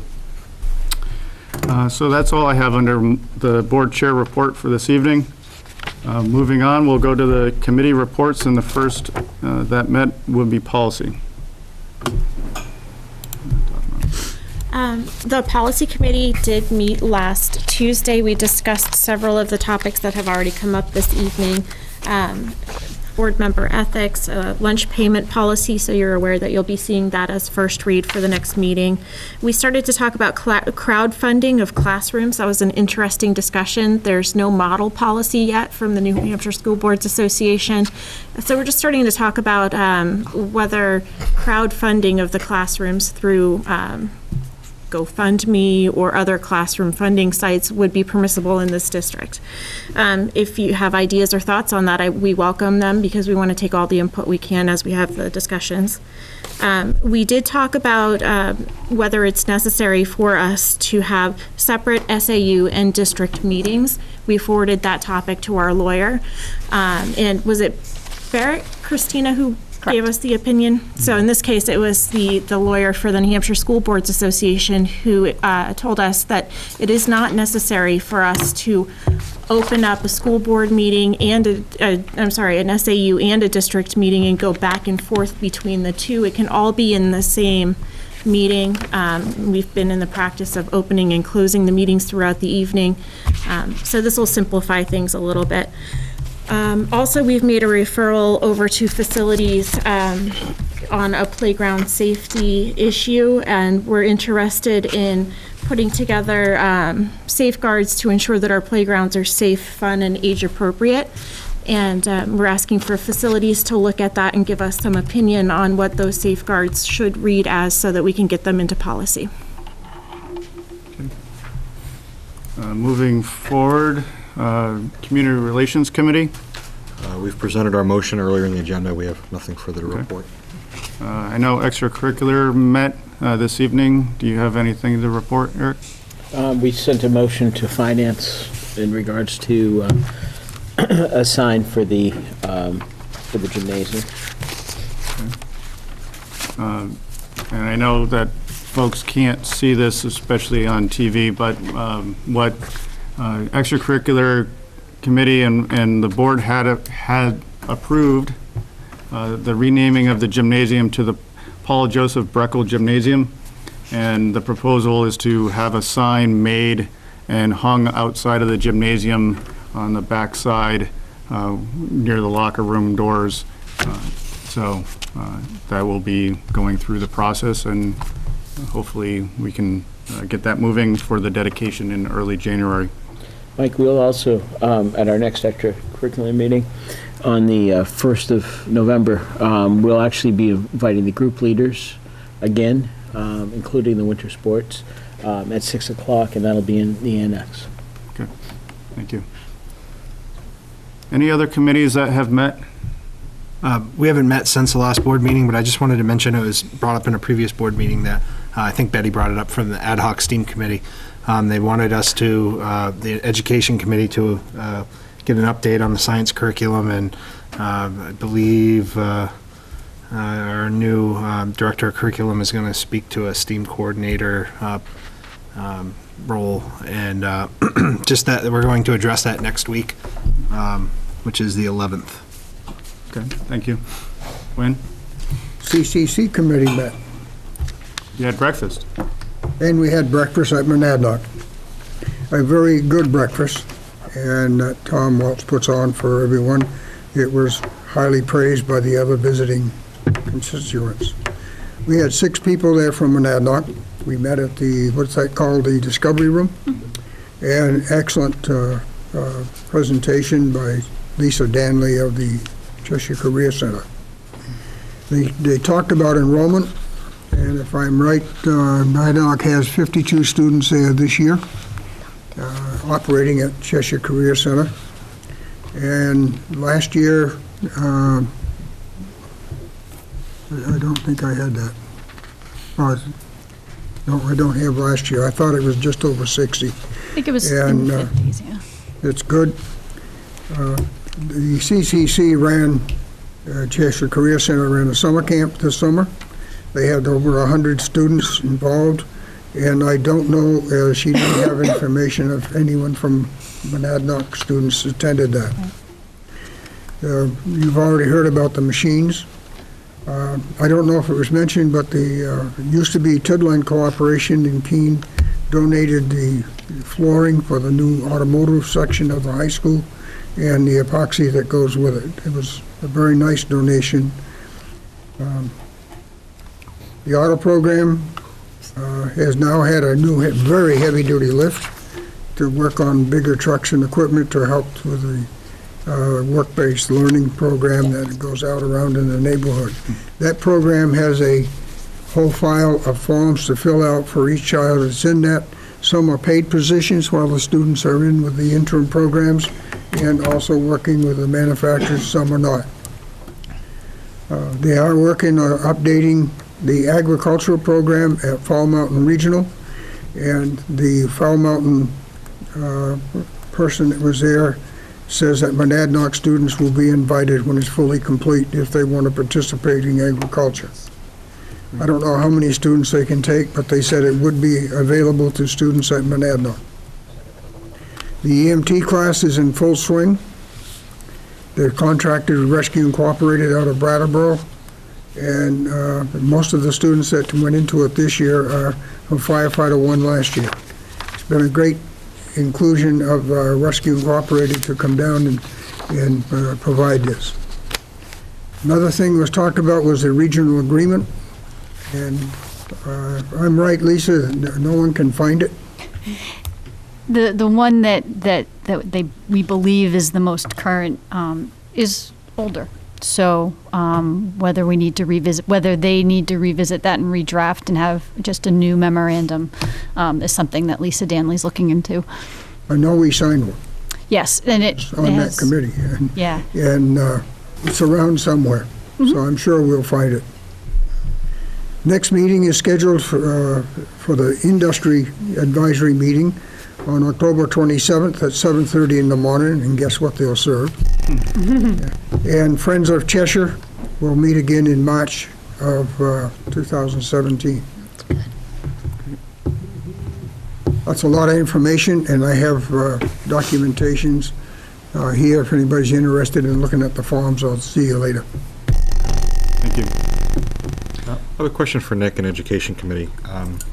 Last year, I think we struggled with the timing of when the cost of the math curriculum came to us. And I'm wondering if you believe that we'll have a motion for the science curriculum for our next board meeting, so it's in time for the joint meeting with the Budget Committee. It hasn't been brought forward to us yet, but it's going to be discussed next week. We have discussed ELA and math You have to access to the policy. quite extensive lengths. There's nothing coming from that. If there are resources required for science curriculum, then I expect to hear next week. Any other committees? Finance has not met, but Finance will meet next Tuesday on October 11th at 5 o'clock in the SAU conference room. And seeing as how we're into the budget season pretty much, I would hope that administration's getting set to get some of the principals in to make their presentations on their budget as we normally do. And I would think that as soon as we can start getting those done, it would be important, because we're going to need to get some information for the budget prior to probably the middle of December anyway. Any other committees that wish to report?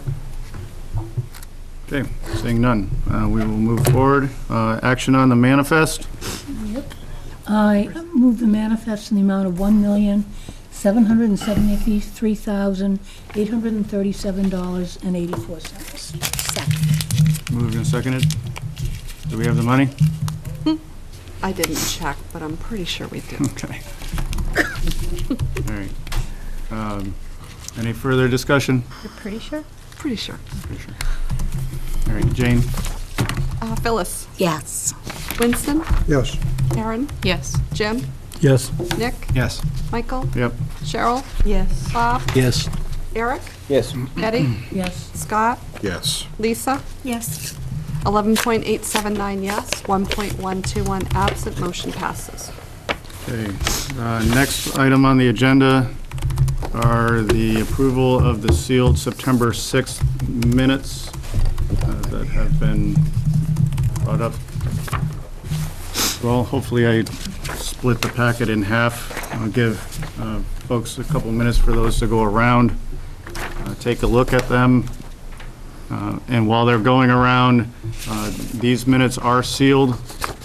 So any further discussion with regard to what's in the minutes is not prudent to have the conversation in public.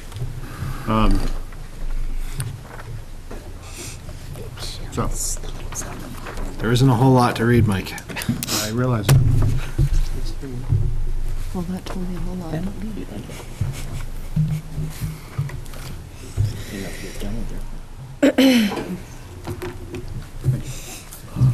So after you've had an opportunity to review the minutes, I would be looking for a motion to approve the sealed minutes of September 6th at 10, non-public at 10:39 PM. I'll make that motion. It's been moved. Is there a second? Second. Moved and seconded. Any discussion? I think there Yeah, there was Lisa and then Nick and then Jim.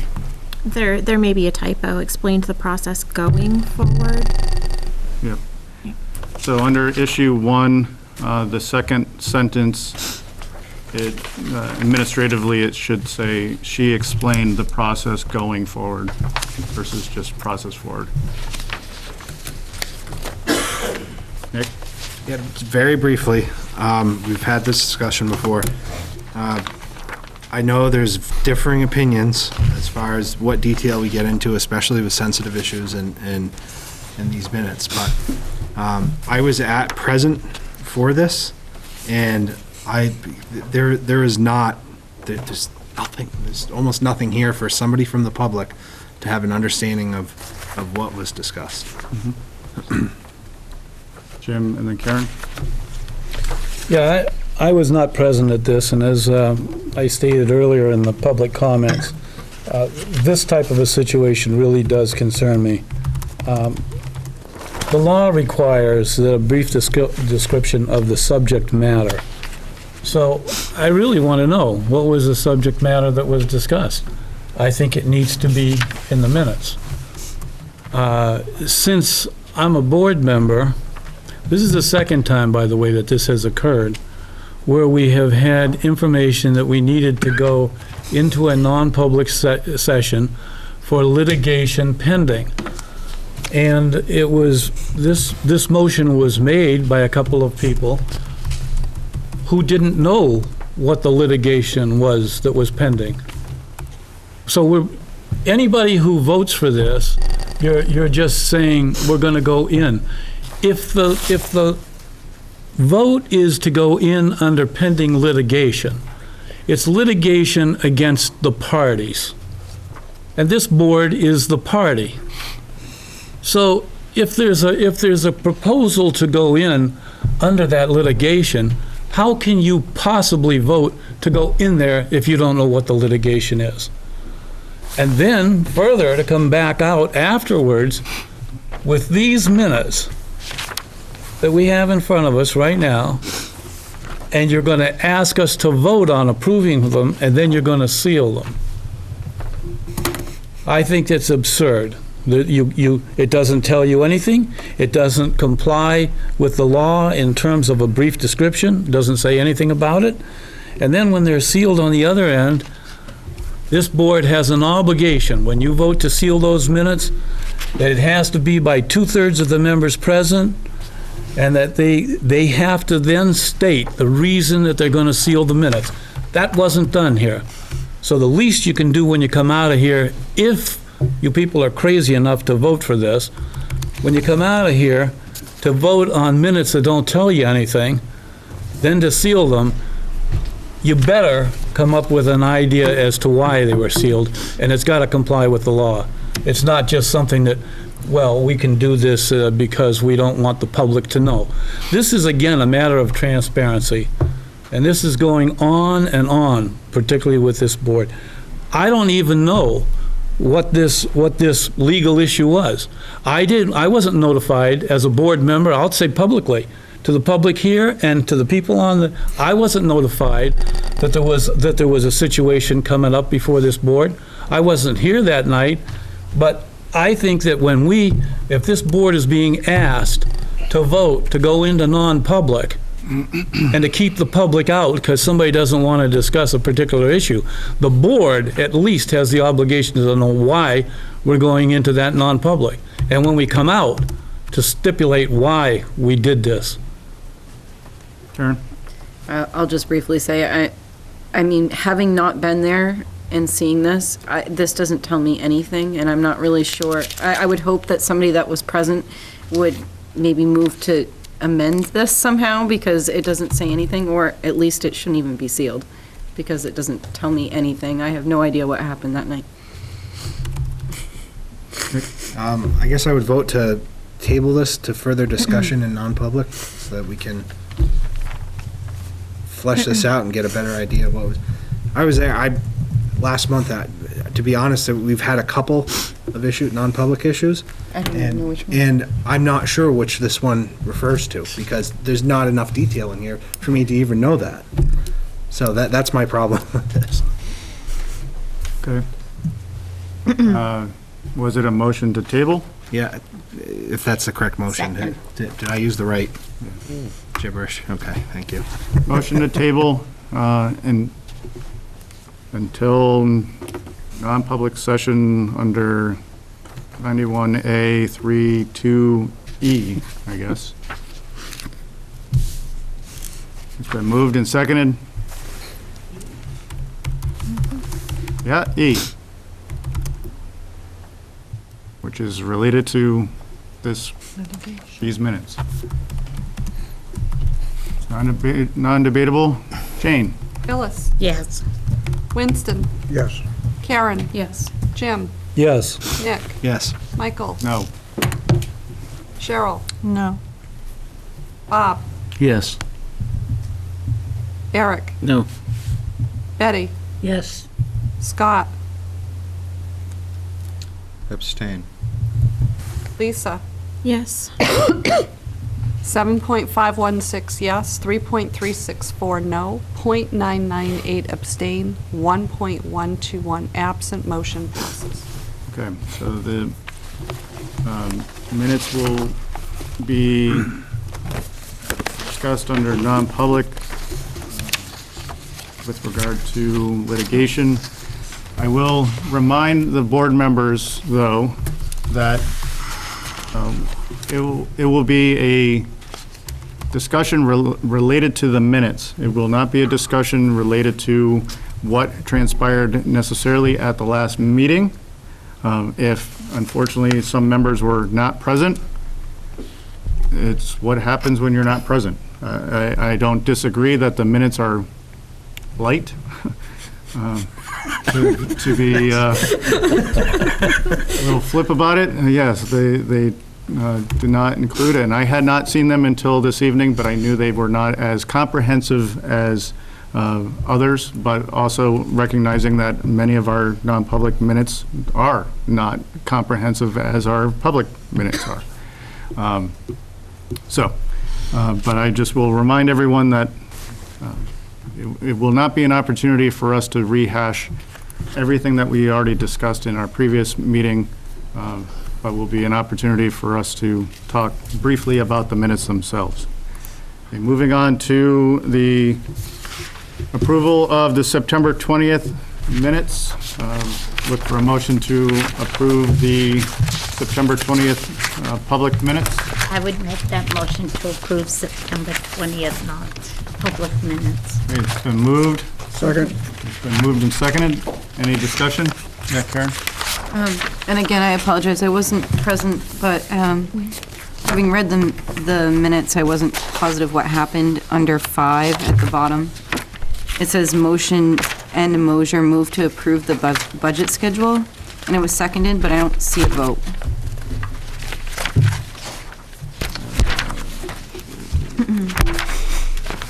So I wasn't sure if that was approved or what had happened there. We definitely voted on it. Yeah. And it was in the affirmative. Jane presented to us a proposed schedule of events for the season, and we tabled that motion until this point in the evening. And I followed that, but I just, at the end, it never shows that a vote was taken, so I wasn't sure if it, I don't know, if we were going to continue discussion tonight or not. The vote was taken last time. So administratively, Laura, could we ensure that the minutes are updated to include the results of that vote? Okay, thank you. Which it was in the affirmative. Thank you. Jim? Good catch. Yeah, I just, I would like to comment on, under public comments. My comment there was regarding the gag order, policy BCA. And I had requested that the school board ethics be placed on the meeting's agenda for discussion purposes. I'd point out that that wasn't done. I would beg to differ with the chair tonight on his interpretation of how items get placed on the agenda. The policy says that a board member has a right to have the item placed on the agenda. It talks about the 2/3 if it wants to be placed on the agenda for that night.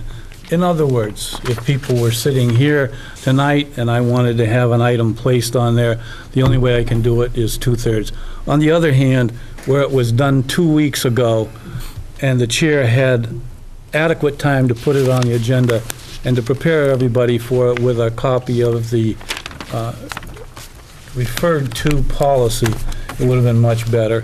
So with regards to that, I will ask that that policy be once again placed on the agenda for the next time.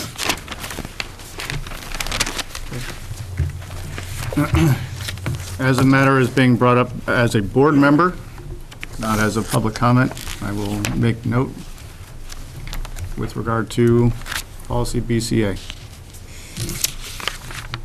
Any other discussion regarding the minutes? Yeah, I'm looking at D, where it says Budget Roundtable Board Member Input. And all the way at the bottom it says, L. Stedman would like to support inclusion inside the classroom. There may be a need for additional paras. She'd like to see safe and accessible playgrounds, but here it says early childhood education is the responsibility of the district. I didn't say that exactly. I don't believe it's the responsibility of the district. I want us to participate more in those discussions. Where I don't are we, remember the Lisa? exact wording that I used. Where are you? Can we not have conversation from the public, please? Right here. Thank you. What item are we talking about? Last The sentence very of last D. sentence. The roundtable discussion. It was 2017-18 Budget Roundtable Board Member Input D. It's the last sentence of that paragraph. Oh, of that page, you mean? I hear some people saying that they think that's actually what I said. If I did, that wasn't my intent, but I didn't think I actually said it is our responsibility. I said I would hope that we take some responsibility. Okay. Is the responsibility. Yeah, I see. You didn't say that. Okay. Right. I think I said I would hope that we take some responsibility or we participate more in those conversations. Any further discussion? So how are we proposing to change the wording of the minutes? Laura, what do you have for that last sentence? Do you have anything? Okay, so she would hope we take more responsibility than just in the discussion regarding early childhood education in the district? Sure, that's closer to, yeah. Okay. Any further discussion regarding the minutes? Administratively, could I ask two things? One is to put the page numbers, and if we can. Secondly, is if we can note near the page number the date of the meeting. It would help to keep the packet of the minutes together and know that you're on page 4 of September 20th, 2016. Can we do that? Got it? Is that okay? Jane's going to help me, yep. If not, I can help you too. Okay. I think it would just help organizationally if we can do that. That would be great. We have to make sure that her computer is new enough to run, Microsoft Word 2000. We could do it in Word Perfect back in... 2000, huh? I think her laptop still has the pull start on it. Hey. It can work. I was promised one, but I have not seen it. We'll make sure, but I can tell you that footers with page numbers existed back in the word processing days of the 80s. So we can do this. Ultimate. Word perfect. Word perfect. Nick's point stands then. We can do it. I have confidence. All right. Seeing no further discussion, we're going to do it the new way. All in favor, say aye. Aye. Opposed? Abstentions? We have one abstention, Karen and Eric. So we have 2 abstentions. Everyone else agreed or abstained. All right. Do we have non-public? Because I'm not seeing them. Yes. C and B. Sealed minutes. I mean, I have a proposal. How about setting the next agenda first? I'm just looking to see if we had any non-public other than the September 6th, and we did not. Okay. I just wanted to be clear before we moved on. Setting the next meeting's agenda. Yeah, I'm sorry, Lisa. At the next meeting, we will need to have a non-meeting to meet with our legal counsel. Yep. And that non-meeting will happen prior to the full board meeting at 7 o'clock. 6:30? Means community relations is going to have to move. 6:30? I think we may need 6. to do 6. Okay. Unfortunately. Well, I think CRC meets that evening. Yeah. So we'll have to adjust accordingly. Any other agenda items? We'll have a couple policies for first read. Okay.